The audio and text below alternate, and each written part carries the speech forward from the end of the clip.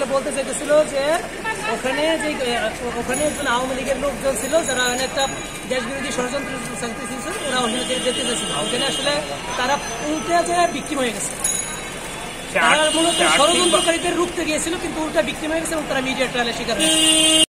মামলা নম্বর 45, আসামি জানে আলম অপুকে হাজির করে যে প্রসিকিউশন 10 দিনের রিমান্ড চেয়েছে, আমরা আসামি পক্ষে উক্ত রিমান্ড বাতিলপূর্বক জামিন চেয়েছি। আমরা লালন কোর্টকে বলেছি যে আসামির এই মামলায় ন্যূনতম ইনভলভমেন্ট নাই, সে আসলে ফ্যাক্ট অ্যান্ড সার্কামস্টেন্সের শিকার এবং তার যে শারীরিক কন্ডিশন এবং তাকে দফায় দফায় নির্যাতন করা হয়েছে। তো আমরা লালন কোর্ট আমাদের প্রসিকিউশনের কথাও শুনেছেন, আমাদের কথা শুনেছেন, শুনে আসামিকে 4 দিনের পুলিশ রিমান্ড মঞ্জুর করেছে। আসামি বিজ্ঞ আদালতকে বলতে চেয়েছেন যে তার কোনো ইনভলভমেন্ট নাই, তাকে শুধুমাত্র ফ্যাক্ট অ্যান্ড সার্কামস্টেন্সের শিকার এবং সে ঘটনাস্থলেও ছিল না, এবং পরবর্তীতে তাকে একেবারে বেআইনিভাবে ফাঁসানোর জন্য উক্ত মামলায় গ্রেপ্তার দেখানো হয়েছে।